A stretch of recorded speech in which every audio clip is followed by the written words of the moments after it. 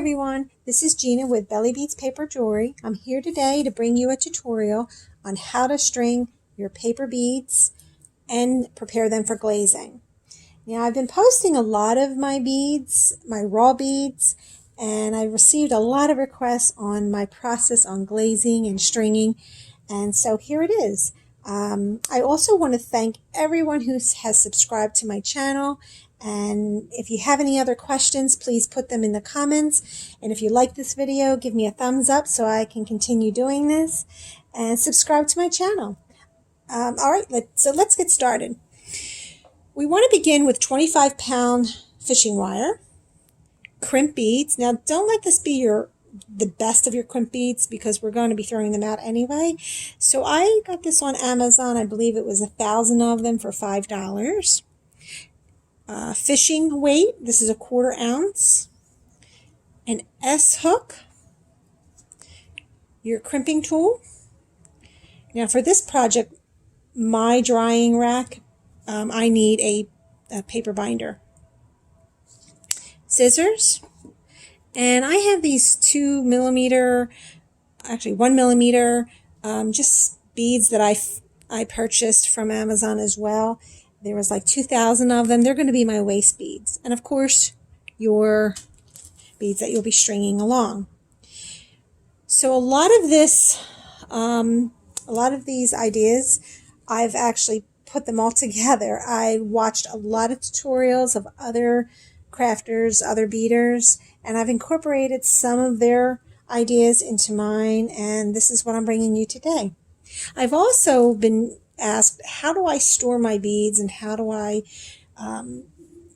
keep them in inventory and keep them organized? That's a whole new other video, but I'll briefly say this is how I usually store them.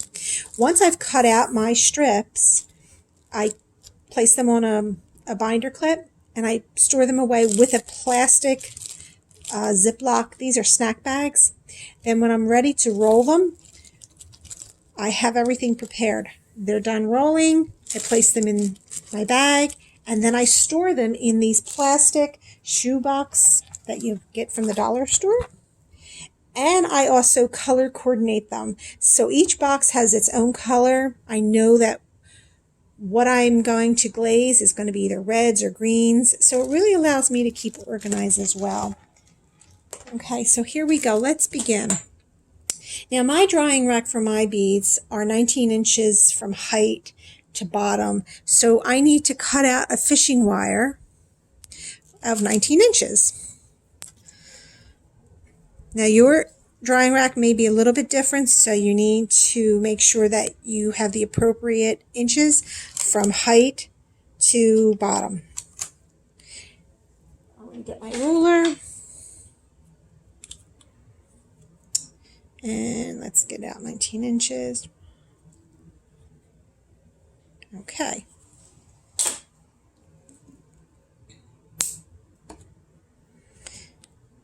Now we want to get one of our crimp beads.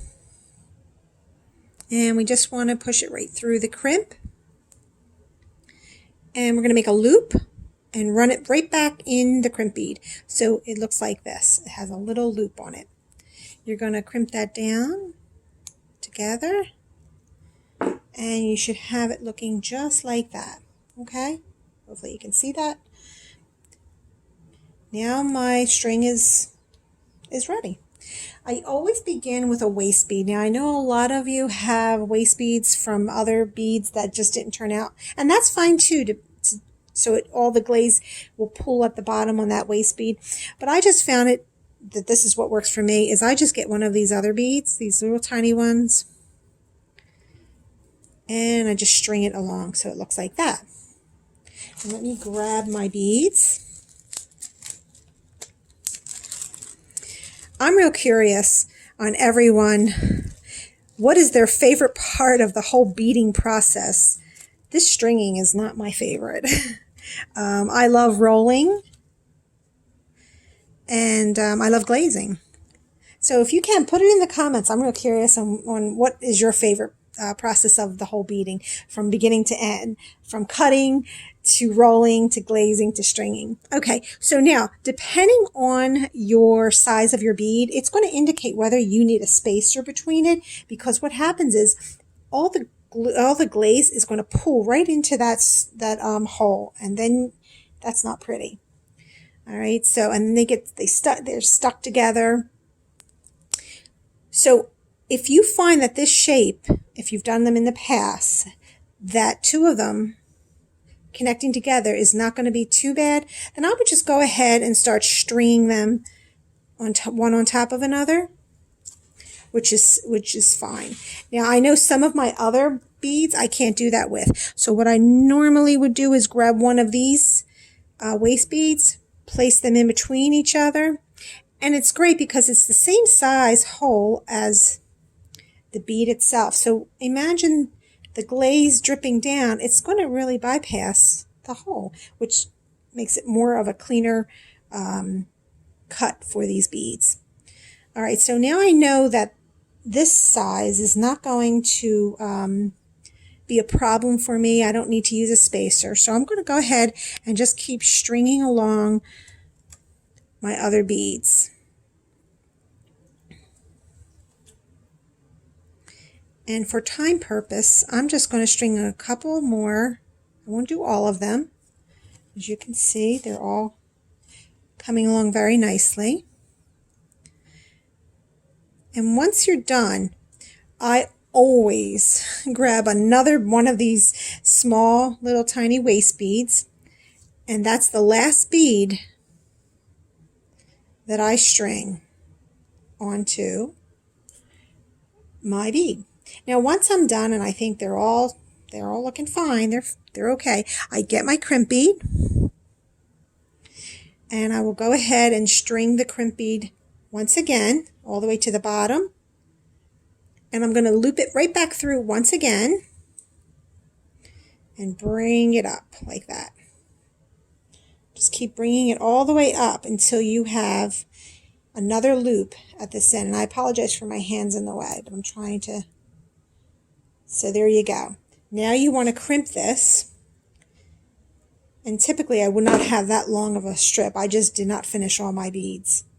You want to cut this part. And then with my drying rack, it requires me to have this clip on there because the dowel goes through the clip and I hang it. Oops, didn't do that very well. There we go.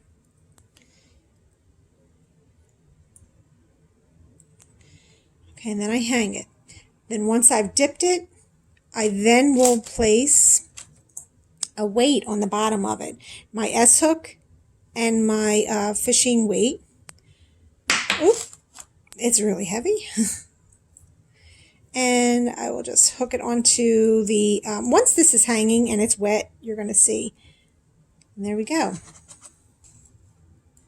And then you're going to hang it. I'm going to show you one of my finished beads. Actually, I'm going to turn the camera around and show you my drying rack. And again, this drying rack is fantastic. I did not design it. Julie Boltic, I think her name was. She is phenomenal. She built this rack out of PVC. Now, of course, she didn't build this one, but she gave us the idea. And she has a tutorial on there as well. And as you can see, as I mentioned, it's 19 inches from here to here. You don't want your beads to be dripping down or hitting the bottom of this. I just keep these pans in there just so it doesn't get like a whole mess. But these are all my raw beads, and I've strung them all.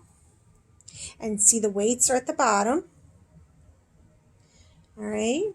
And let me see, one of these beads, as I mentioned, they're going to get stuck together. They do kind of look similar to what I had, but this is the first time I had it. And what I did was I did something a little unique.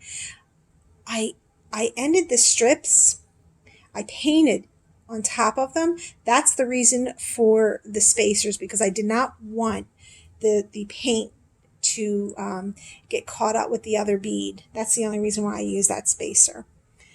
These are others too. Here's another good example of the tubes. I would never put them all together by themselves. I always have a spacer in between them, because they will get stuck together. And that's it for today. Tune in.